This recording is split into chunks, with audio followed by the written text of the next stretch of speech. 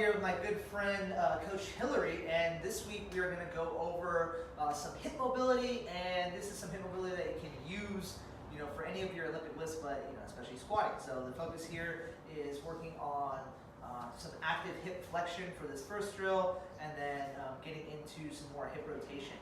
So this first one, what we're going to do is Hillary's setting up on a squat rack, and we're going to focus on this left hip. So that right leg, she's going to essentially glue the entire right side of her body into this rack here. That'll help for a few things. It'll help to keep us honest with whatever that left hip is doing, and then also it'll help to be able to recruit or irradiate more tension through the body. So what we'll do is she's got her left hip, left leg glued, or sorry, right hip, right leg glued to that rack. We're going to tuck the toes on that right leg as well, just so you can get some pressure through the ground there.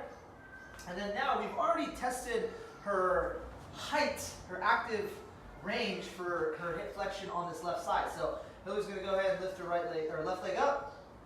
She'll place it onto the block, and we're just going to start from this position here. All right. So what we're working on is our PAILS rails contraction again this week. So from the shoulder drill that we posted last time, it's a push and then a pull is what I'm going to cue. So we're going to do a ramping of tension here, and through that tension, she'll irradiate throughout the entire body. So I'll give her a count of 5 seconds. We're just going to work at about 50% tension on these next reps. So Hillary's going to go ahead and start to recruit tension through the entire body. She'll turn on all the muscles here, and I'm just going to tap different areas for some feedback. She's going to keep building that tension for 3, 2, and 1, and then she's going to lift off. So there you go. So she's pulling that knee as high as she can, making sure to keep this left hip down. Good, and then she's going to go ahead and push down into the block. So we have our PAILS contraction here, pushing as hard as she can for 5, 4, 3, 2, 1, and then she's going to go ahead and lift and pull, and keep pulling. There you go. Try to find that height. Good, squeezing into the hip for 3, 2, 1, and go ahead and push. Push down for 5, 4, 3, 2, and 1, and pull. Squeeze and pull. Pull, pull. Last one, Hill, for 5, 4, 3, 2, and 1. Good. Quick rest. Awesome. So kind of what we were doing here, you can see that she increased her active range by a little bit. That's why I placed my hand under there, because that's her new range.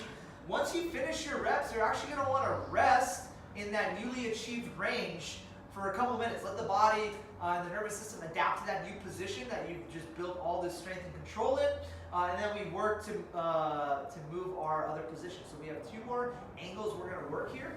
We're going to go straight into it. So the next one's going to be about 45 degrees out. So she'll lift, rotate right about there, about 45 degrees, making sure that right side of the body is glued to the rig here.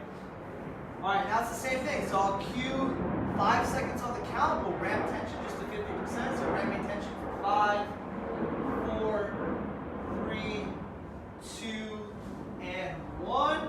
And go ahead and push down into the block first. So when you push, you want to think of pushing from the bottom side of that hip. Even though the foot is in contact, really push from the hip. Deep into that hip capsule. Good. And pull. Now pull from that hip. Lift, lift, lift. Good. Keep breathing. Keep the tension. When it gets tough, start to irradiate more tension. Grip that rig a little tighter. Good. And push down for 5, 4, 3, 2, 1, and pull. There you go. Pull, pull, pull. There you go, Hill. Nice work. Keep it up. Keep it up. Keep squeezing tight. Keep the tension throughout the entire body. Good. Last one. And push down for 5, 4. Push a little harder. 3, 2, and 1, and pull. Try to get that knee to my hand. Come on, you got it. Keep squeezing, keep breathing. Pull, pull, pull. You're almost there. Good. Hold it. 3, 2, 1. Quick rest. Nice work. As you can see, Hillary's working very hard here. This is not an easy drill, guys. All right, and then we're going to go straight to that final angle here. Hillary's strong, so I can put her through this pace. We're going to go to our external rotation now. So, once again, gluing the right side of the body to the rig here. Now, super important on this external rotation to make sure that your right hip does not follow your left hip as you rotate out. This is the whole purpose of trying to glue the body to the rig here. So you have feedback from the rig. Hillary's going to go ahead and lift her right leg or left leg up. and then rotate it out as much as she can externally. Good. So she's got a fair bit of external rotation here. Keep gluing that right side of the body to the rig there. Nice. All right, so now we're working this angle. Making sure the hip stays square. Same thing, ramping tension for 5, 4, turning everything on. 3, 2, and 1. She's going to push down into the block. Pushing hard, pushing hard, pushing hard. Continuing to tilt those hips slightly forward. And pull. Pull, pull, pull. Come on, no, you got it, you got it, you got it. Come on, there you go. Grip that rig, grip that rig. Good. Keep pulling, keep pulling, keep pulling. Good, and push. Push down, push down, push down.